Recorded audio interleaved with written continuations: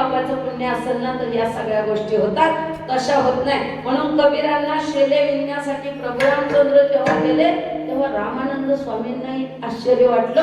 अरे एकतर मी मंत्र दिला नाही आणि यांचे शेले विणायला कोण जाते तर प्रभू रामचंद्र स्वतः जातात. काय आश्चर्य आहे. कौशल्येचा रामबाई, कौशल्येचा राम. तुम्ही किती भाग्यवान आहेत माहितीये का तुम्हाला. त्या रामाला दशरथाचा नाही म्हटले, त्या कृष्णाला नंदाचा नाही म्हटले किंवा वसुदेवाचा नाही म्हटले, आईचं नाव जोडलं नाही का.